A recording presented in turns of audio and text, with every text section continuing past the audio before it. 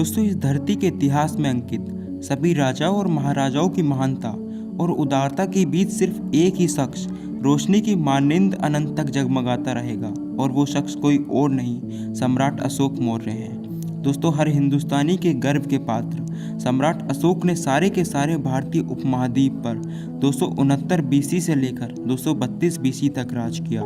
इनकी कई कहानियों का उल्लेख दिव्यवदन और महावंशा किताबों में दिया गया है। अशोक स्तंभ सम्राट अशोक की आत्मा को संजोए भारत की शान का प्रतीक बनकर अपनी महानता का डंका पीटता रहा है। लेकिन दोस्तों, क्या आपने कभी सम्राट अशोक से संबंधित ऐसी कोई कहानी सुनी है?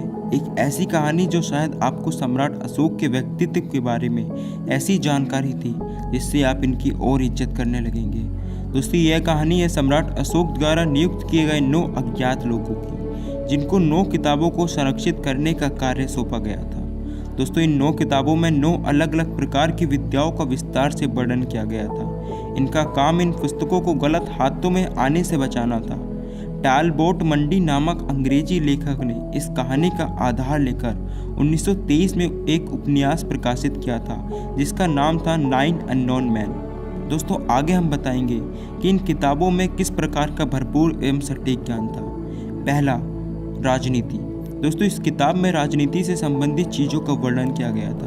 कहते हैं कि इस किताब में राजनीति पर दिया गया ज्ञान इस संसार में किसी भी देश पर आसानी से लागू किया जा सकता था। कहने का अर्थ है कि इस किताब में यूनिवर्सल पॉलिटिक्स की विद्या दी गई है। नंबर 2, शरीर क्रिया विज्ञान। दोस्तों, दूसरी किताब में शरीर विज्ञान से संबंधित ज्ञान शामिल था।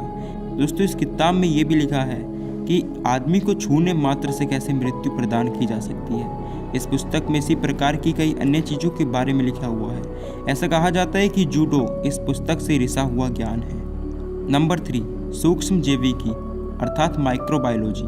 दोस्तों, तीसरी किताब में सूक्ष्म जैविकी से संबंधित ज्ञान प्रदान किया गया है। इस किताब में तरह तरह की अज्ञात दवाइयों के बारे में लिखा गया है। नंबर 4, धातुओं का रूपांतरण। दोस्तों, चौथी किताब धातुओं के रूपांतरण के ऊपर है। ऐसी कई कहानियां हैं कि पुराने ज़माने में मंदिरों में सोने की कमी हो जाने पर किसी अज्ञात ठिकाने से सोने का रिसाव होने लगता था। नंबर 5, संचार। दोस्तों, 5वीं किताब में संचार पर आधारित ज्ञान था। सभी तरह का संचार, चाहे वह संसारिक हो या अलौकिक, इस बात को ध्यान में रखना जरूरी है कि यह किताब 2500 साल पहले लिखी गई थी। नंबर 6, गुरुत्वाकर्षण। दोस्तों, 6वीं किताब गुरुत्वाकर्षण के रहस्यों पर आधारित थी। नंबर 7, विश्वोत्पत्ति।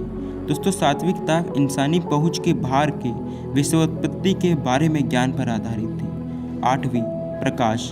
दोस्तों, 8वीं किताब प्रकाश की ताकतों पर आधारित थी। नंबर 9, समाजशास्त्र। दोस्तों, 9वीं किताब समाजशास्त्र के ज्ञान पर प्रकाश डालती है। दोस्तों, इन 9 आदमियों से कहीं न कहीं गंगा की चिकित्सक शक्तियों के बारे में ज्ञान भी संबंध रखता है।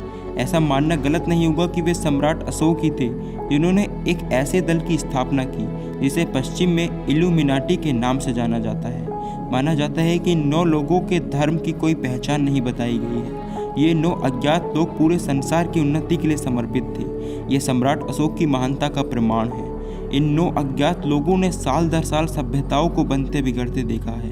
कहीं ऐसा ना हो कि इन सहनशील लोगों की महानता हमेशा के लिए गुमनाम ही रहे।